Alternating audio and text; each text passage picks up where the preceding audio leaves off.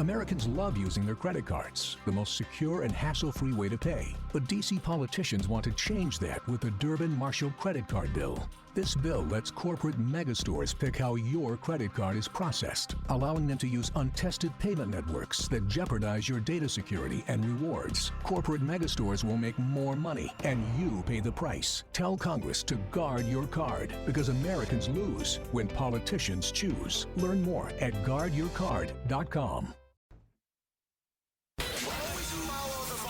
That's what I always say. You always follow the money. Yeah. This is Follow the Money with Mitch Moss and Pauly Howard on VSiN.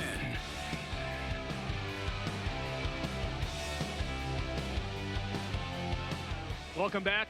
Good to have you on board. Follow the Money here live on the road in Omaha for the College World Series, and we're broadcasting today, tomorrow, and Saturday from Rocco's right next to the stadium, home of the world-famous Jell-O Shot room and the Jell-O Shot Challenge. And joining us now is the great Eduardo Perez. He is on set with us here, live in Omaha, and you're going to be calling, what, year number 10? 11 of the First of all, great to meet you. That's amazing. Yeah, how cool is that? Time has flown by. It really has. It's great to be here in Omaha this time of year. And who would have thought that when I played for Florida State in 1989 and in 91, came to the College World Series, played at Rosenblatt, that then I would have a consecutive streak, forget about COVID year, but to be able to call the College World Series, not once, but now going on number 10, it's pretty darn cool. It's amazing. Is that one of the highlights of your year? 100%. Yeah? 100%. This, a lot of people see it as, well, the All-Star game marks the mid part of the season. For me, it's the College World Series. You have that, you have the All-Star, then you have the Little League World Series. Those three combined are phenomenal, but this is one that I really look forward to because it's real for a lot of kids that want to play college baseball, especially like Murray State's in there. Sure. Yeah. Right? Yeah. Who would have thought that they were going to get an opportunity? And those kids are now proving what the Chanticleers proved in 2016, that a Cinderella team can come in here, compete, and win. I can't imagine this happens again with all these different conferences represent. Really? I can. I really do. I think there's, because of the transfer portal, because there's a lot of opportunities now for kids.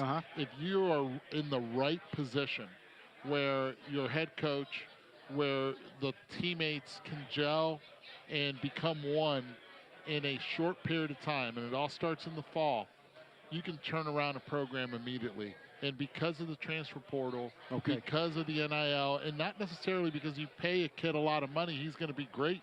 It could work against you because they're so young that the pressure could get to them immediately. So there's definitely a chip on the shoulder for a lot of players that are playing all over the country when they're out there to prove themselves. Sure. So there's a lot of talk here at Rocco's about, LSU's record of almost 69,000 Jell-O shots a couple years ago. Oh, man. And if that record can go down this year, and LSU fans will take this place over, as you've seen up close and personal, I'm going to make the case that it doesn't, and I'll say why. Even if LSU goes on and plays in the title and they win the entire thing, I think that 2023 team was just special with Skeens and Dylan Cruz, and that was not a local or a regional team. That was a national team that had so much juice. So, okay, you're saying that they won't because of that, and I'll tell you why they will if they go all the way. Yeah, okay. Because you haven't seen the LSU fans. Man. There you go. Right. There you go. It doesn't matter. Yep. It's about the purple. It's about the gold. It's about them being out here and coming and partying, and they do it like no other. The tailgating is ridiculous. You don't have to have a Skeens in the back of a jersey. You don't have to have, it doesn't matter. You have LSU in the front, and the fans play. The fans are the ones that are out here taking the Jell-O shots. That's why I think it can be broken, because they've done it already before. They can do it again if they go all the way. Yeah. Okay. Yeah. You're a veteran here. Oh, my goodness. So how underrated is this city? Between the museum, the zoo. Sneaky, yeah. The steakhouses. Steakhouses, the steakhouses, they're unbelievable, and there's so much to see here.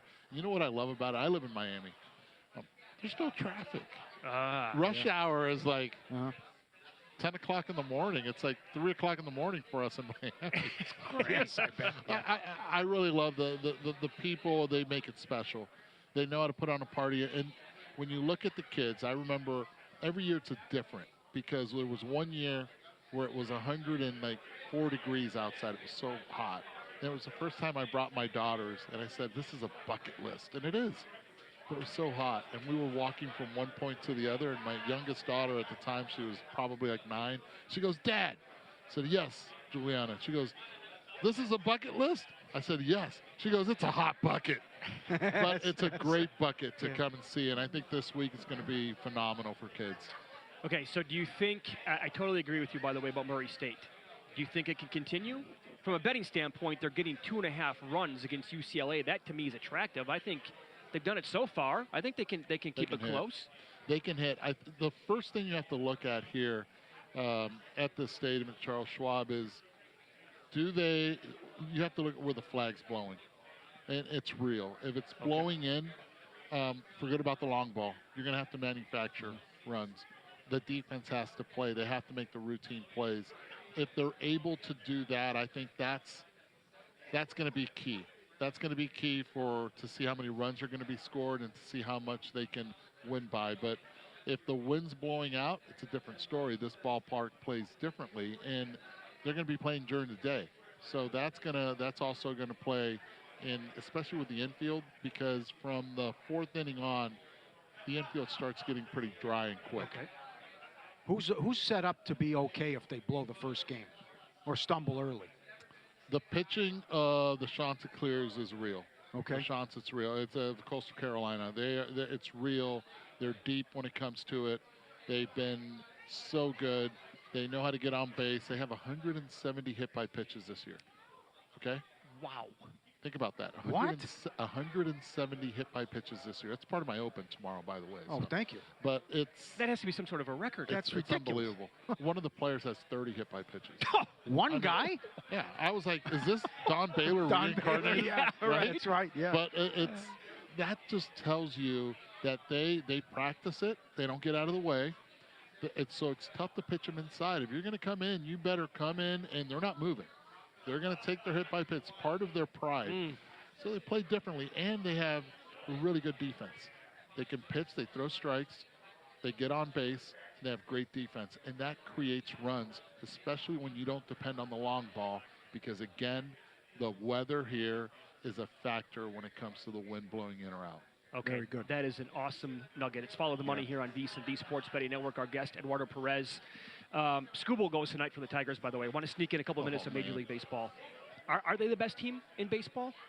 No, not right now. They're not. I don't look at records and say, okay, this is the best team, or this is not. I think Scooble is the best pitcher in Major League Baseball, right? So when Scooble goes, I'm not betting against him at all. Sure. But what I will say is, right now, the Detroit Tigers are playing really good baseball. They're solid. Javier Baez has been a surprise for a lot of people, especially with the contract that he had, and he wasn't living up to it. But when it comes to the pitching side of it, they're deep, but I think they still need pieces to the puzzle that they can add. And they have the talent to add at the minor league level to be able to make trades, to be able to compete for a title this year. And I think they're going to have to do that, especially with the news today about Jackson Jobe. He's going to have to go under the knife, which is no good for them, obviously. Dodgers going to have to make a move as well. They can't keep anybody healthy in the rotation. The pitching has always been suspect early on in the season. We knew about it, right? Yeah. We knew that Glasnow hasn't thrown a lot of innings in his career, never touched the 200 mark. We knew that Snell had to stay healthy, was not able to do so. We still don't know how long Kershaw is going to be available. He's available now. He's been pitching, but he hasn't been getting swings and misses. That's interesting. The Yamamoto part has been the only constant. You know, they got Gonsolin back, but he's been up and down as far as effort. So the thing that they have is they have offense. They have 1 through 4, and I could add Smith to the 5 part with Teoscar Hernandez there 4 and 5. But they are legit offensively, and they're going to have to continue to score a lot of runs in order to be effective. Bullpen's legit. Yeah. But it's a long season. I want to see what happens when Shohei comes back into that rotation, how's that going to affect the rotation? Only a couple minutes left. What's it like when your dad's a professional ball player and then he's part of one of the best teams ever? And a Hall of Famer. Let's add that one to okay, it, right? sure, yeah. Yeah, it's to me, it was my normal. It was my normal to grow up around greatness. And I think it all started with the leadership, and the leadership was Sparky Anderson. You know, you had a group of, in that room, of Pete Rose, who I grew up with, Johnny Bench, Joe Morgan, my dad, David Concepcion. That was the infield. And then the outfield anchored by Cesar Geronimo, where a lot of people don't even really talk about. They say, well, who's the last guy? But George Foster and Ken Griffey Sr. In the corners, they had speed, they had power, but the thing that they did was they shared time together. They got to know each other outside the ballpark. Okay. And because of that, it became a family environment. And it's no secret that us kids growing up in that environment, 12 that signed professionally, 5 of us went in the first round. We knew how to play the game. Wow. We knew how to play the game, and I think that plays into who we were and who our parents were as well when it comes to learning the game. Excellent. That's phenomenal. That is incredible. Yeah, no kidding. Wow. Gee, did you have who was your best friend? Pete Rose Jr. Pete Rose Jr. was your best friend. Pete Rose Jr. was my best friend growing up. We still stay in touch. Ken Griffey Jr. just had a conversation with him the other day. We still definitely stay in touch. So those kids, Pedro Bourbon Jr., we grew up around him as well. The Concepcions. Yeah, it's a lot of us. Very cool. That's awesome stories, great nuggets. Yeah. Have a great call the entire time here in the College World Series. If there's one thing that we have to do, or people who are coming to Omaha while we're here for the first time, what is it? Order a filet mignon and eat it with a fork. Cut it with a fork. And that's at several restaurants you can have that happen at? I'll go to Omaha Prime. Omaha Prime? Oh, yeah. That's the spot? That's the spot. It comes out, you forget the knife. Leave the knife. Don't even touch the knife. Boom. Boom. I'm in. All right. That was awesome. Pleasure meeting you. Thank you for the time. Yes. Good job. Another thing, medium rare. Yeah, it has to be. Okay. Has to be. I'll throw you Absolutely. out. Oh, throw you out.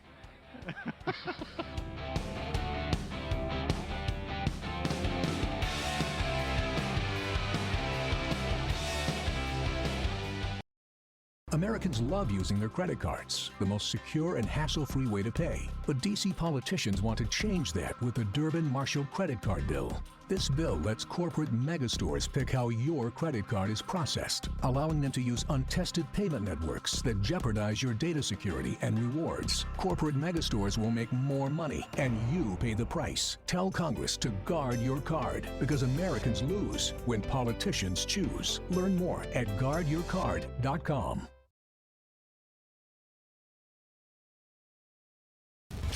This is Follow the Money on VSiN.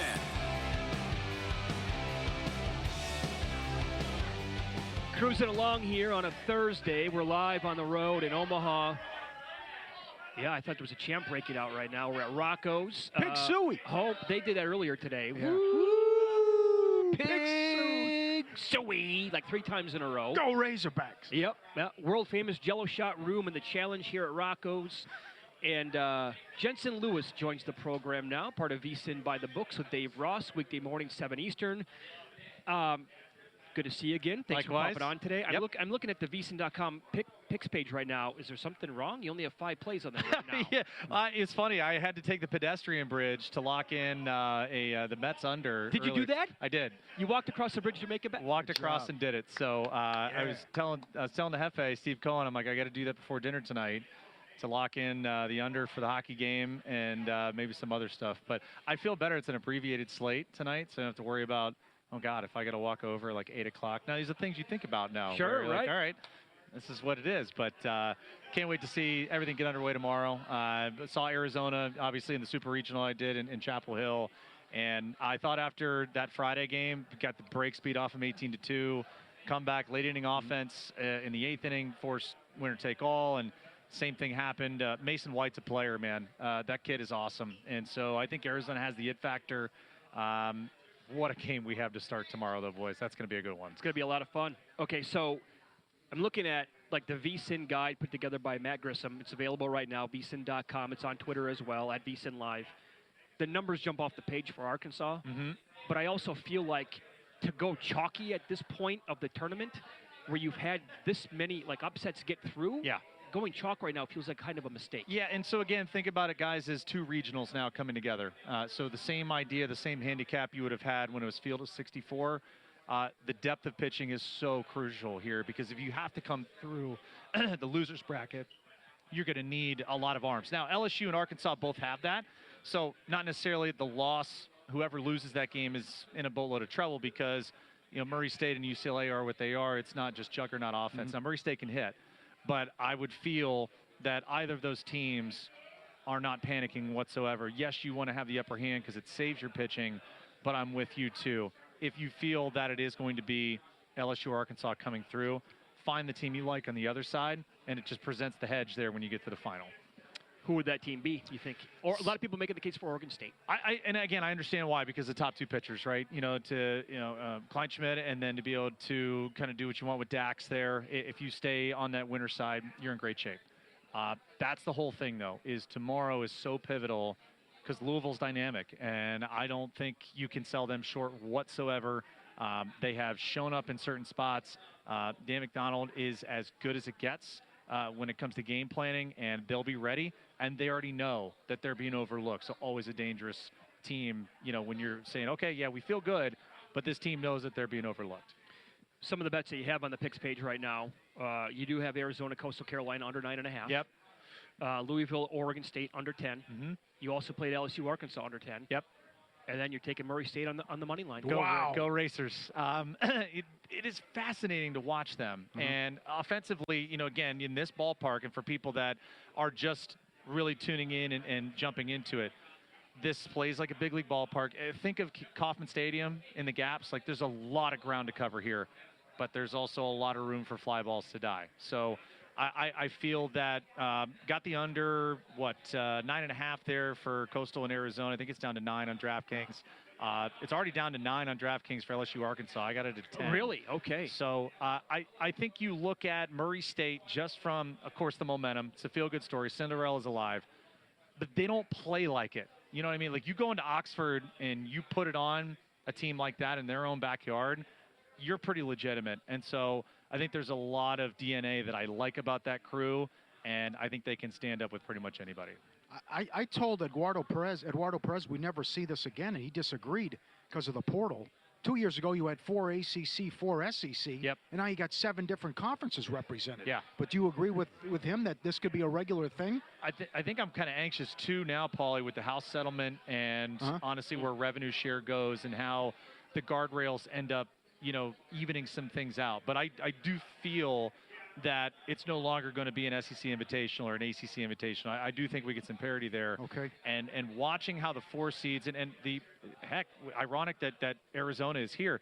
I did the Tucson Regional last year. Arizona was the 1, Dallas Baptist the 2, West Virginia, who won that regional, was the 3, Grand Canyon, who a lot of former big leaguers live out in Arizona. It's their kids that are in that program, and they just took Arizona to the woodshed during the year. That was a 3-4 matchup, and Arizona and Dallas Baptist were 2-2. So anything can happen, but I do agree with Eduardo that I think this kind of parity is likely here to stay. There would be 3, I mentioned this last week, there would be 3 from the Pac-12. Right? Yeah. Right? You're right. Think about that for a second. Yeah. We'll be talking about the big, bad, mighty SEC in a different light, I think, with 3 from the Pac-12. You have a bet on the Tigers and Orioles tonight as well, but you're not going to just bet the Tigers. You like the under in the game? Yeah, Scooble Day, right? So let's not get in front of that freight train. I don't know what Baltimore offense shows up. And Dean Kramer, I said this to Dave on Buy the Books today. I said I could see a 4-2, 5-2. We get there. I know that there's a lot of disappointment from Orioles fans, and there should be. But, fellas, I put it together the other day. If you parlay on FanDuel, Scooble and Skeens to win the Cy Young right now, it's plus $1.35. Like, it just tells you how ridiculous both those guys' years have been thus far. How about the story in Milwaukee where Savale wakes up today, it's his 30th birthday. Hey, you're demoted. You're going to the bullpen. He goes, no way. Get me out of here, man. I'm done. So they call up Mizorowski. Yeah. He's their top prospect. He's 6'7". Yeah. 6'7". He throws 100 miles an hour. It's fury. He's going against Gray today. Pauly, there is, I don't want to say violent delivery. Okay. But you're going to watch it, and you're like, hey, how in the hell are you picking it up? at 101, 102, 103. And as you said, the height, the leverage of that fastball, I mean, it's going to feel like an avalanche coming down and trying to lift. You know, again, he's going to supply some power to it. But when you're that highly rated and you got the kind of talk and amped up hype, and this is the dude that's coming in. I mean, again, I like put the Brewers and the Rays in the same sentence where it's not flashy. It technically isn't fun to watch. But they win. You know, and St. Louis, by the same token, I mean, they put it together. I did not have them doing what they've done so far this year.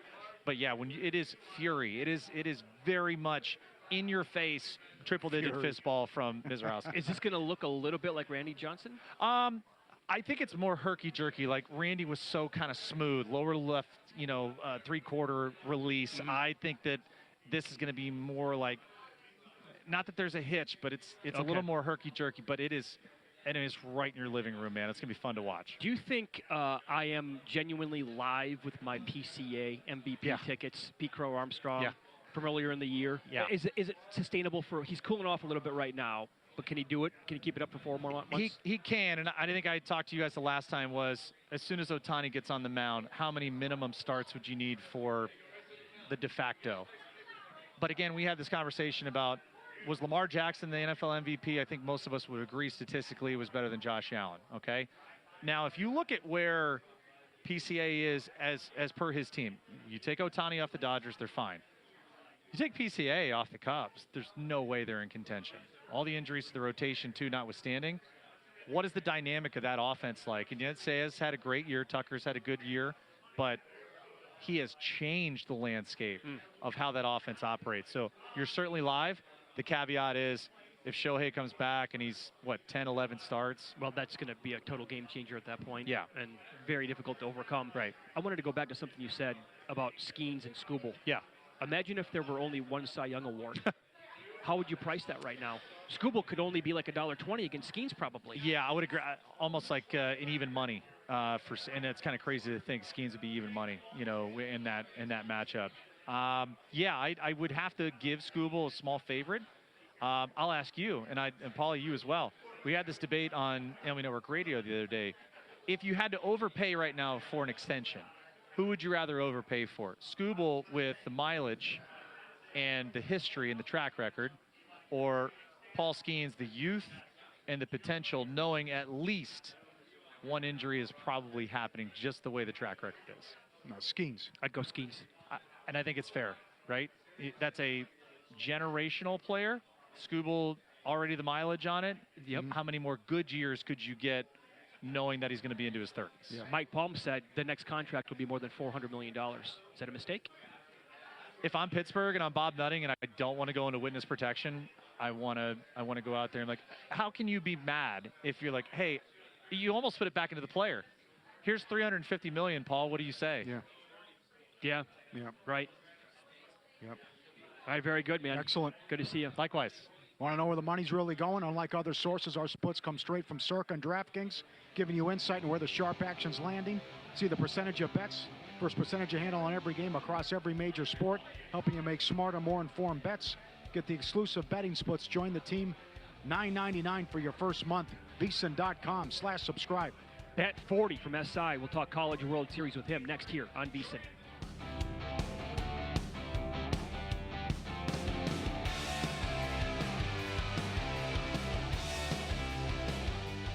This is Follow the Money on VSiN.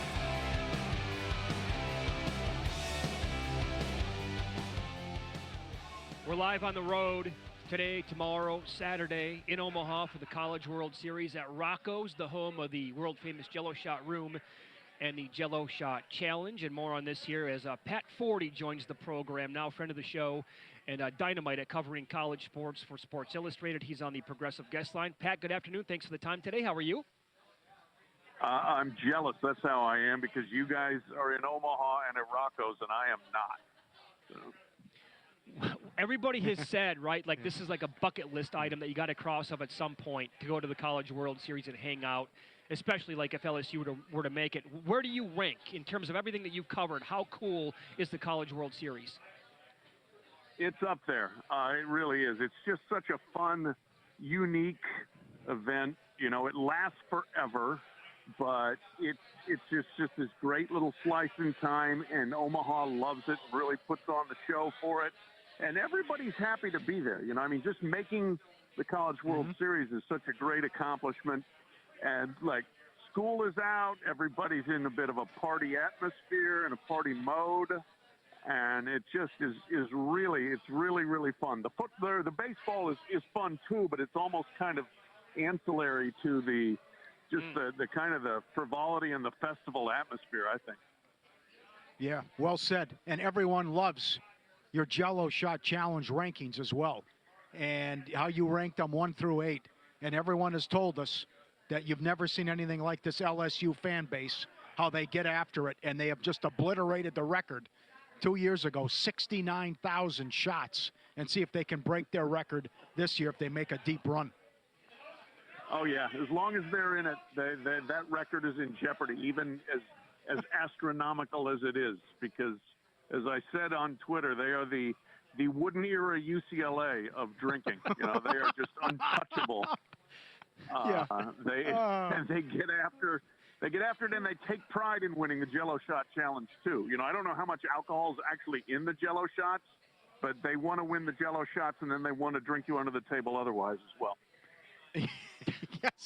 Yes. So you also tweeted this. I wonder if did you get any pushback? I thought it was interesting that you think, is this the biggest accomplishment in the history of athletics with Murray State? Is it bigger than winning a game in the tournament with that John Morant team? Or how do you think this is the biggest thing ever to happen to Murray State? I do. Absolutely. I mean, okay. To get to this level, to be one of the final 8, that's something Murray State, even with some really, really good mid-major basketball teams in their history, has never done that. And to beat who they beat to get there, you know, to go through a power conference gauntlet, basically, I think is just fantastic. And to be one of the last teams standing and to get their chance there, I mean, there's no saying that they're necessarily done yet. I mean, they can hit the ball, they can field, they can pitch situationally. They've got a chance to possibly still make some noise, as does Coastal Carolina from the Sun Belt Conference. And you know me, guys, I'm a bit of a populist when it comes to college sports. I love seeing the little guys not only get their chance, but then succeed when they get it, because the deck is so stacked against them. So go Racers, go Chanticleers. Yep, totally agree with that. And you answered my next question. I was going to say, do you think Murray State's run is done yet? I don't think it is. And from a betting standpoint, they're getting 2.5 runs against UCLA in the first game that they play. I think that's worth a bet. There you go. Absolutely. 2.5 runs, I would take that. And I would be ready to see what they bring to the table. Not only there, but at Rocco's as well, because UCLA I ranked 8 out of 8, because I think that's a soft fan base when it comes to drinking. I said that's a high noon seltzer crowd. I don't know whether they're ready to hang in the Jell-O Shot competition. Did any Bruin alums get at you on Twitter? No, they all actually were like, yeah, I think you're right. They basically acknowledged that now this kind of, you know, going to Omaha and sitting around pounding Jell-O Shots is not really their MO. So I don't even think they're coming in with a, oh, yeah, we'll show you kind of attitude. Yeah. Do you like it, or are you the other way here? Based on what you said, you like the little guy. LSU and Arkansas play right out of the gates. Yeah, they do. And you know what? That's fine. I mean, they've battled several times this season, and what's wrong with one more showdown there? And yeah, they might be the 2 best teams still going, but that's luck of the draw that, you know, they'll be facing each other early, and, you know, perhaps one of them putting the other in jeopardy there. So, you know what? Bring it on, and let's see who else can rise up and make a run there. Was this the prime example of why you should never have 4 auto bids for any sport determine a playoff after the SEC got 13 bids but only 2 teams in? 13 bids, the top 4 seeds, 6 of the top 8 seeds, and 2 left standing. I mean, the bracket suggested they should have overwhelmed the College World Series. Instead, they're just another league there. They got 2, nobody else has 2, but everybody thought, oh, they were going to have 4, 5, 6. Yeah, I think this is a great example of why you don't just automatically slot people in. Have them earn the bids and then see what happens. And what we have seen is a whole lot of upsets, a whole lot of unpredictability, and let it be proven on the field as opposed to deciding before a season even starts that one league is demonstrably better than the other. Yep. Well said. I find it rich that the old and now defunct Pac-12 would have 3 teams this year in the College World Series. I'm a big fan of that, with Oregon State, Arizona, and UCLA making it. Absolutely. That certainly stands out as yet another reason why, maybe the Pac-12 wasn't such a terrible thing. I know, baseball doesn't drive revenue, TV revenue, but it's still, if you look at the broad-based athletic competitions this year, like USC, I think, is going to finish second in the Learfield Cup all-sport standings, which is higher than I believe they ever have, and be ahead of Stanford, which would be third, which is another Pac-12 refugee. And then, you've got these 3 in the World Series, and we had Oregon win the Big Ten in football. It wasn't a bad league. It's too bad they screwed it up and then allowed themselves to be cannibalized by everybody else. Yeah, well said. So are we at that point already with the college football playoff to where once they make this decision, whatever it's going to be, where you would borderline break something at your house or say out loud, you got to be bleeping kidding me? Have we had that moment already, or what would that scenario be to you? Oh, as soon as they started floating this idea of 4 automatic bids, I was ready to break stuff at my house, no doubt about it. The interesting thing, guys, is I do think there's been a little bit of a back-off, specifically from the SEC on that. Having been at SEC spring meetings and heard a much more discussion of 5 automatic bids for everyone, 1 per conference in the Power 4 plus 1 at large, and 11 at large bids, that, it's like they're open to that. And I think the football coaches, to their credit in the SEC, sat in the room and said, you know what? We don't need the charity. We can do this on the field. Let's go that route, and let's see us do better than the Big Ten and better than everybody else. And so I think Greg Sankey listened to that.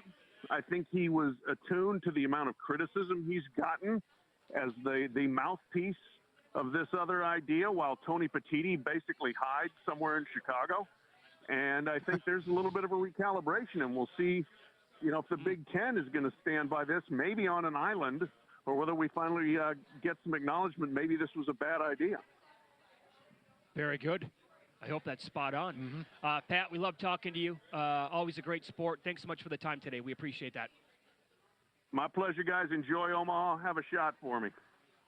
Will do. You got it. Will Thanks. do. There Thank you go. you. The great Pat Forde. Yeah, good. Follow him on X @byPatForde. You can always read him at Sports Illustrated as well. Well, it hurts Rocco's and Kevin here, because if they would have 5, 6 SEC teams, because if you look at the rankings, it's all SEC teams for the Jell-O Shot records. That would have been, the SEC is huge for business, he said, but they only get 2 in, and that's how it goes. How would you like to play Circa Survivor or Circa Millions for free? Winner Circle Proxy giving away 1 free entry to each contest plus full proxy service. You'll be paired with the VSiN host for strategy all season long. Enter now for your chance to win. winnercircleproxy.com/VSiN. winnercircleproxy.com/VSiN. Incredible giveaway. Get up there today. I think Paul Howard, Mr. Anti-SEC, for as long as I've known you, you're going to walk out of here liking LSU. Perhaps. We'll see. I think you will. I can't get enough of the Tiger story, which we'll tell in 15 minutes. I'm these going in guys fresh are this. just, it's insane what it's. And it also makes me think like I've never been to a night game. Yeah, right. In Baton Rouge. Doesn't that go back to Orgeron? They got Mike the Tiger here. They go, Mike the Tiger. They coming in.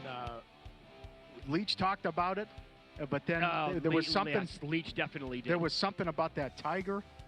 It's crazy. A lot to update next, including numbers in the NBA Finals. Something that certainly surprises me.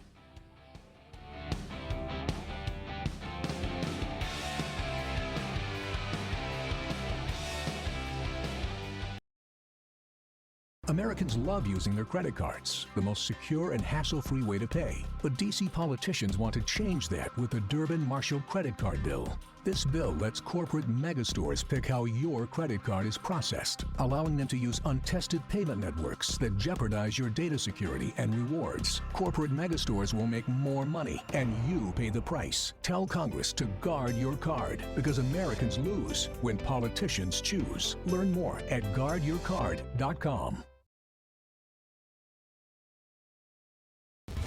This is Follow the Money on VSiN.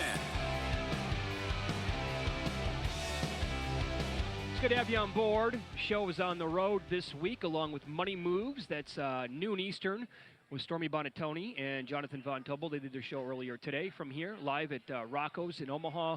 Rocco's is the home of the Jell-O Shot room, Pauly, and the Challenge. We're back tomorrow, and we're going to be doing bright and early, Saturday morning, 10 o'clock Eastern time, right here at Rocco's. I can't wait to see what it's going to look like tomorrow. It's starting to pick up right now, but tomorrow, Saturday, going to be awesome. This is like a Super Bowl where they set this up and the streets blocked off. Yeah. Streets, I should say, blocked off, and you got all the gear and everything they're selling, and then the DJs, and how that's going to go till late night, what this is going to be like the next couple of days. Going to be wild.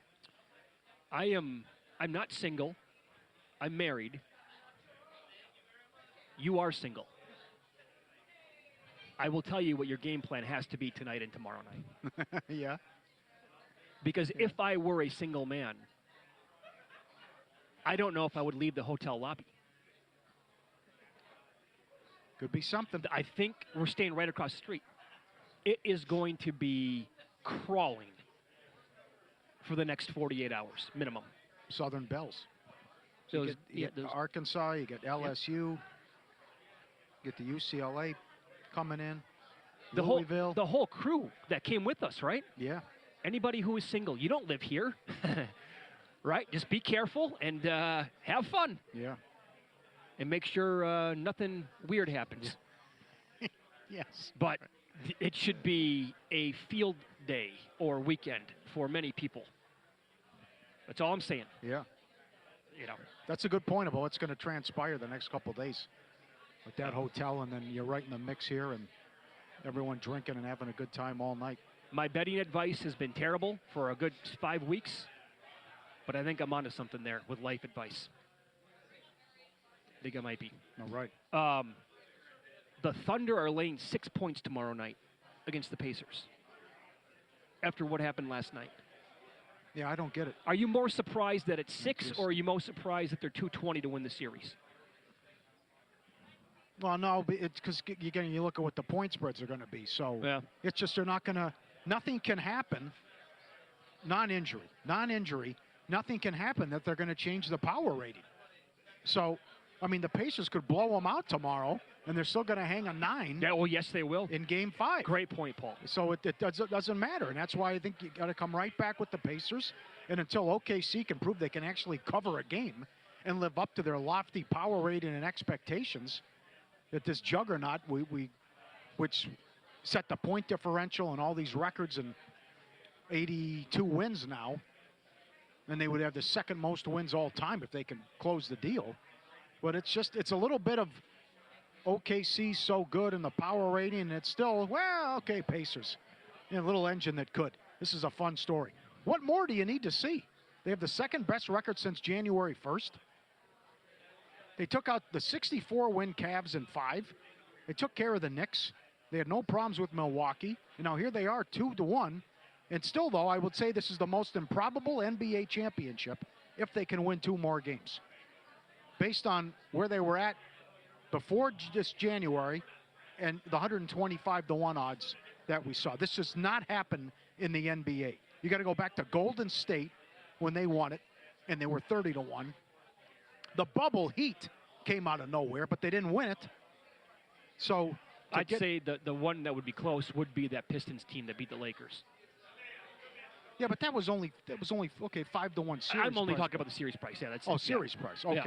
But overall, but this does not happen where you would beat a 64-win Cavs team. The Celtics get eliminated early, but then you would beat a 68-win OKC team, and you were 125-1 not that long ago and win the NBA title. Best of 7, best of 7, best of 7, best of 7. Yeah. I don't think we'll see it again. Well, that Lakers team, we have to remember, right, Shaq was in the league at that point for like 10, 12 years. He may be a little bit beyond his prime. That lost to Detroit? Yes. Well, Kobe was Malone and Peyton, too. I know, and Kobe, they were at the end of their... Yep. But Kobe was in his prime. Yep. Right? And they were a machine.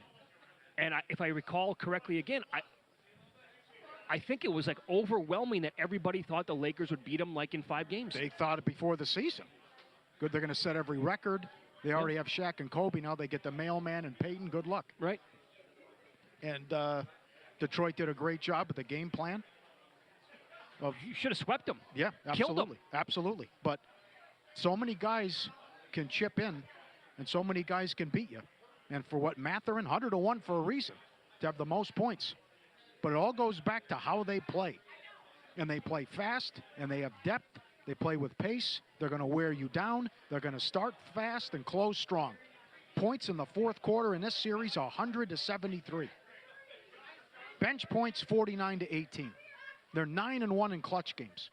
OKC shoots 45% from 3, still lose, still get beat. So now it's gut check time the other way.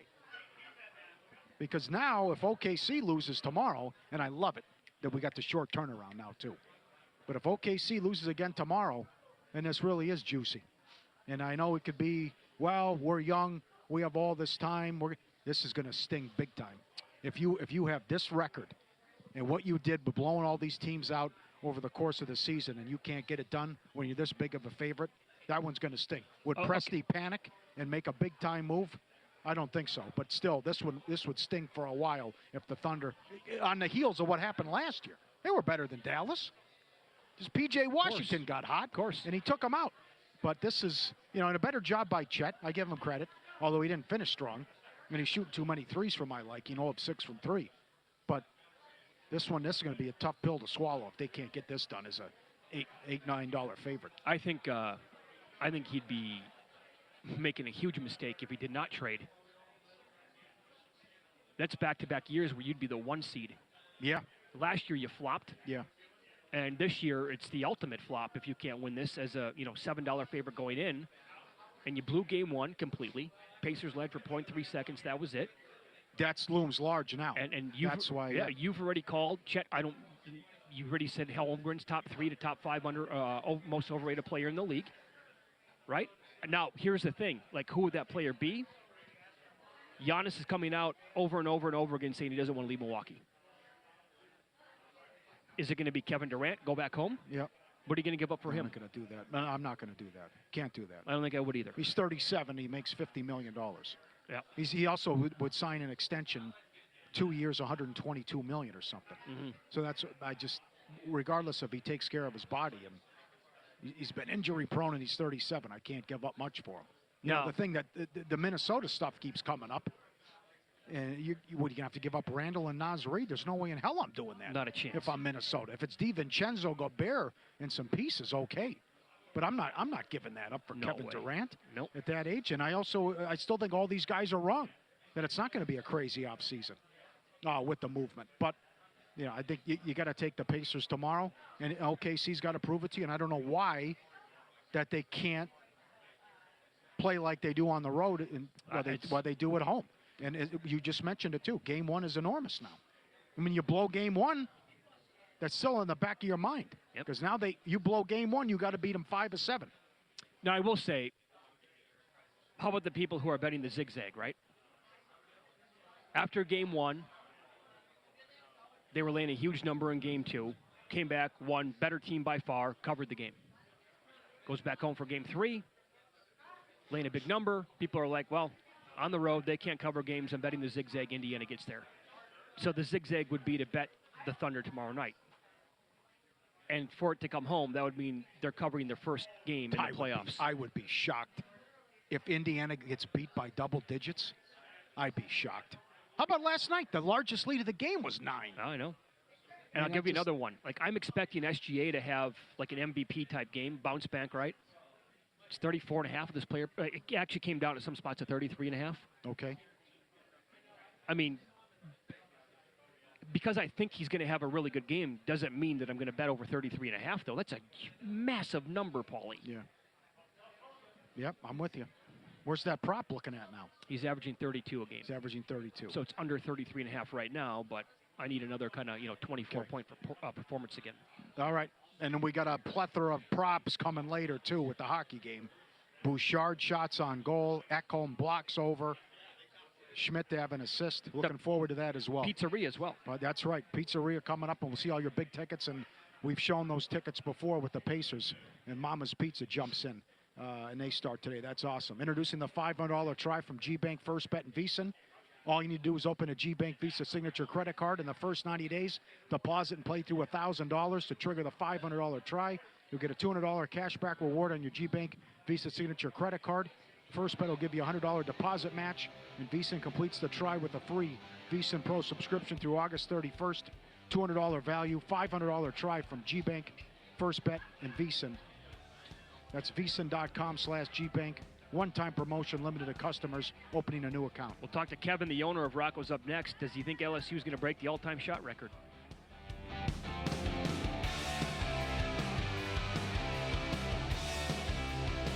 Americans love using their credit cards, the most secure and hassle-free way to pay. But D.C. politicians want to change that with the Durbin-Marshall credit card bill. This bill lets corporate megastores pick how your credit card is processed, allowing them to use untested payment networks that jeopardize your data security and rewards. Corporate megastores will make more money, and you pay the price. Tell Congress to guard your card, because Americans lose when politicians choose. Learn more at guardyourcard.com.